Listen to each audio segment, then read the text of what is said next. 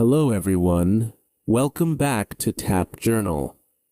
On a quiet Saturday night in central Mexico, a high-value prisoner vanished from a shower stall equipped with 24-hour surveillance. This disappearance triggered a global manhunt and exposed an engineering feat involving a mile-long tunnel constructed directly under the nation's most secure facility.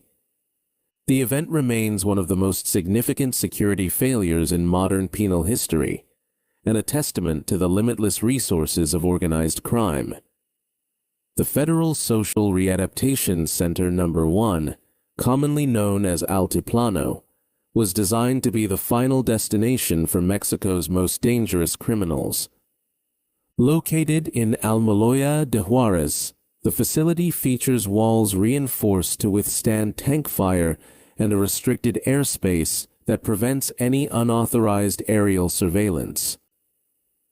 According to architectural blueprints released by the Mexican Ministry of the Interior, the prison floor is reinforced with several meters of concrete and steel mesh to prevent tunneling. Despite these formidable barriers, Joaquin Guzman Loera, the leader of the Sinaloa cartel, managed to bypass every security measure in place. The narrative of this escape begins long before the actual night of the event, rooted in a meticulously planned operation that cost millions of dollars. Based on testimony provided during the 2019 trial in the Eastern District of New York, the planning phase involved high-level coordination between cartel members and specialized engineers. These engineers were reportedly sent to Germany to receive technical training in tunnel construction and soil stability. This level of preparation highlights the strategic depth of the Sinaloa cartel, treating a prison break as a major infrastructure project rather than a desperate scramble for freedom. In early 2014, shortly after Guzman's capture in Mazatlan, his associates purchased a plot of land located approximately 1.5 kilometers from the prison walls. Intelligence reports from the Mexican Federal Police indicate that a small cinder-block house was constructed on this site to serve as a staging ground. From the outside, the building appeared to be a standard construction project common in the rural outskirts of Almoloya. However, beneath the floorboards, a massive excavation project was underway that would eventually connect to the heart of the maximum security facility. The technical specifications of the tunnel were staggering and demonstrated a sophisticated understanding of underground logistics. According to forensic reports from the Mexican Attorney General Office, the tunnel was approximately 1.7 meters high and 80 centimeters wide. It was equipped with a professional ventilation system using PVC piping to ensure the oxygen supply remained stable for those inside.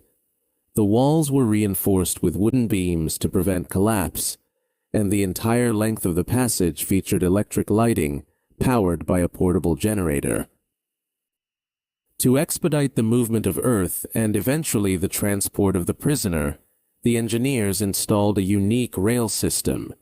Surveillance photos released by the DEA show a modified Honda motorcycle mounted on these rails, designed to traverse the 1.5-kilometer distance in mere minutes. The excavation process generated thousands of tons of soil, which investigators believe were disposed of gradually using modified trucks. Local witness statements gathered by the police suggested that construction activity at the house was frequent, yet it never raised suspicion among the neighboring residents or the prison patrols. The coordination required to hit the exact coordinates of Guzman's cell was surgical and relied on advanced GPS technology. According to court trial archives, the engineers used high-precision mapping tools to ensure the tunnel surfaced exactly in the shower area of cell 20. This specific location was chosen because it was the only blind spot where the CCTV cameras could not peer due to privacy regulations for inmates. The cartel's intelligence network had identified this flaw in the prison's surveillance architecture months in advance. On the night of July 11, 2015, the operational phase of the plan reached its climax. Prison surveillance logs recorded Guzman walking toward the shower area at 8:52 p.m. after receiving his evening medication. He paced the cell briefly, sat on his bed, and then moved to the shower stall behind a low partition wall. At that moment, he descended through a 50 by 50 centimeter hole that had been cut through the concrete floor from below. The entire process of disappearing from the view of the guards took less than 30 seconds. The initial response from the prison staff was characterized by a catastrophic delay and suspected complicity. According to internal reports from the Secretariat of Government, the guards did not immediately react when Guzman disappeared from the camera feed. It took approximately 23 minutes for the floor staff to enter cell 20 and discover the empty space where the prisoner had been. By the time the red alert was officially declared at 9:35 p.m., Guzman had already reached the other end of the tunnel and was fleeing the staging house. Once outside the tunnel, Guzman was reportedly met by a team of tactical specialists who facilitated his extraction from the area. Intelligence files from the Mexican Navy suggest that he was transported by vehicle to a nearby airstrip in San Juan del Rio. From there, 2 small Cessna aircraft were waiting to fly him deep into the Golden Triangle, a rugged, mountainous region where the cartel holds absolute control. The ease with which he moved from a maximum security cell to a private aircraft exposed the deep-seated corruption within the Mexican aviation and security sectors. The fallout from the escape was immediate and led to a massive purge of the Mexican penal system.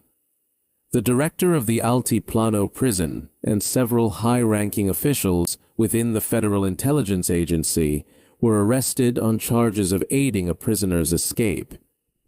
According to statements from the Mexican Attorney General, seismic sensors that should have detected the digging had been disabled or ignored by the staff. This revelation confirmed that the tunnel was not just a feat of engineering, but also a result of systematic institutional failure. In the weeks following the escape, the Mexican government launched a massive manhunt involving thousands of soldiers and federal agents. Intelligence sharing between the FBI, DEA, and Mexican authorities reached an unprecedented level as they tracked the cartel's communication lines. Surveillance camera logs from various toll booths and private businesses were analyzed to reconstruct the escape route. Despite the intensity of the search, Guzman remained elusive for months, hiding in the Sierra Madre Mountains under the protection of his private army. The investigation eventually led authorities to the city of Los Mochis, Sinaloa, in early 2016. Based on signals intelligence and human sources, the Mexican Navy identified a safe house where Guzman was reportedly staying. On January 8, 2016, a high-stakes tactical operation known as Operation Black Swan was launched to recapture the fugitive. The ensuing gun battle resulted in several casualties among the cartel's security detail, but Guzman managed to flee through the city's sewer system before being intercepted on a highway. The 2015 escape serves as a definitive case study in the power of criminal organizations to challenge the sovereignty of the state. It forced a total re-evaluation of how high-profile inmates are housed and eventually led to Guzman's extradition to the United States.